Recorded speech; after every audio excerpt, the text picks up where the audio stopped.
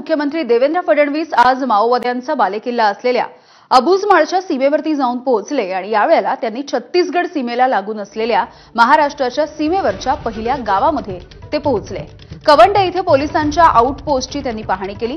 या आउटपोस्टमुळे या सीमालगतच्या भागामधली सुरक्षा आणखी भक्कम झाली आहे। कवंडेचा भाग आजवरती सर्व प्रकाराने दुर्लक्षित होता, मात्र आज मुख्यमंत्र्यांनी तिथे पाहणी केली आहे।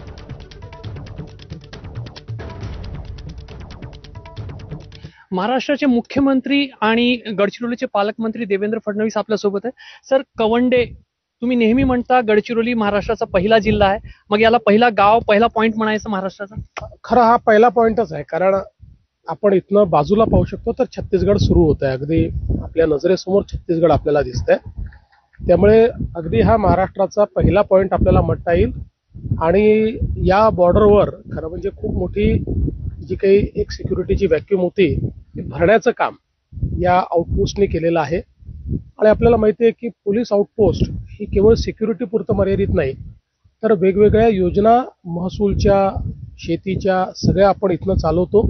सगळं प्रशासन इथे असतं आणि त्याच्या माध्यमातून लोकांना मोठ्या प्रमाणात सगळ्या योजनांचा लाभ देखील मिळतो। त्यांनी शासनावरचा आम माणसाचा विश्वास देखील जागृत होतो।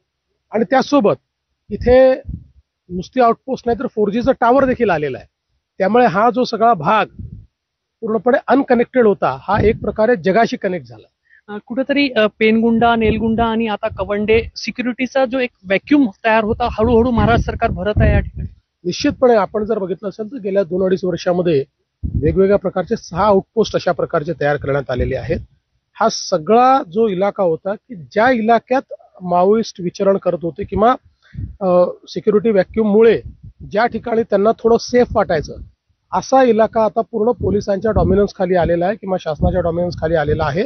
सिक्युरिटी फोर्सेस आता त्या ठिकाणी आहेत, त्यामुळे त्यांना ऑपरेशन्स करण्याकरता कुठेही आता स्कोप उरलेला नाही। इथून 20 किलोमीटरवर अबुझमाळमध्ये 21 मेला एन्काउंटर झाला, बसवराजू त्यांचा नेता मारला गेला। आज महाराष्ट्राचे तुम्ही पहिले मुख्यमंत्री आहात जे एवढ्या इंटिरियर पर्यंत आले असाल, काय म्हणणार आणि नक्षलवाद, माओवाद केव्हापर्यंत महाराष्ट्रातून संपुष्टात येणार? गडचिरोली जिल्ह्यामध्ये माझ्या एवढा फिरलेला दुसरा कुठलाच मुख्यमंत्री महाराष्ट्रात नाही। मी जवळजवळ सगळ्या भागामध्ये गडचिरोलीच्या गेलेलो आहे, कारण आमचे फोर्सेस या ठिकाणी इतक्या कठीण परिस्थितीमध्ये काम करतात। एक एक ऑपरेशन करताना कधी पाऊस असतो, रात्री करावं लागतं, सुविधा नसतात, तर अशा परिस्थितीमध्ये हा जो काही त्यांनी एक डॉमिनन्स तयार केलेला आहे, तर त्या ठिकाणी आपण गेलो तर निश्चितपणे त्यांनाही एक त्या ठिकाणी बळ मिळतं, कोणी आपल्या पाठीशी आहे, सरकार आपल्या पाठीशी आहे अशी भावना तयार होते। म्हणून मी खरं म्हणजे अशा सगळ्या आउटपोस्टला जात असतो। आणि मला असं वाटतं की आता अतिशय चांगल्या प्रकारे आपली जी काही ऑपरेशनल कॅपॅसिटी आहे त्याचं एकूणच पिक्चर हे आपण गेले काही वर्ष बघतो आहोत।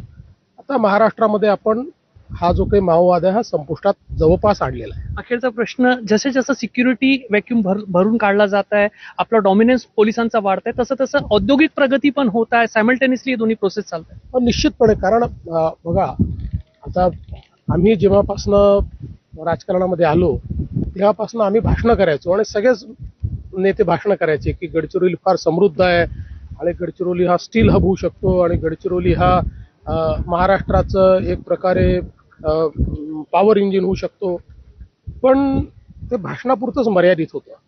मला अतिशय आनंद आहे की 2014 नंतर आम्ही परिस्थिती हळूहळू बदलली आणि आज आपण पाहतोय की गडचिरोली असीमित औद्योगिक अशा प्रकारच्या ऑपॉर्च्युनिटीजची नगरी होते किंवा जिल्हा होतोय आणि मोठ्या प्रमाणात या ठिकाणी आता इन्व्हेस्टमेंट देखील येते आहे। आणि आमचा एक प्रयत्न निश्चितपणे आहे की इन्व्हेस्टमेंट येत असताना या जिल्ह्याचं जे नेचर आहे, याची एक प्रवृत्ती आहे, प्रकृती आहे, ती बदलता कामा नये। त्या दृष्टीने इथलं जल, जमीन, जंगलही आपल्याला प्रोटेक्ट करायचं आहे आणि त्यासोबत उद्योगही उभे करायचे आहेत।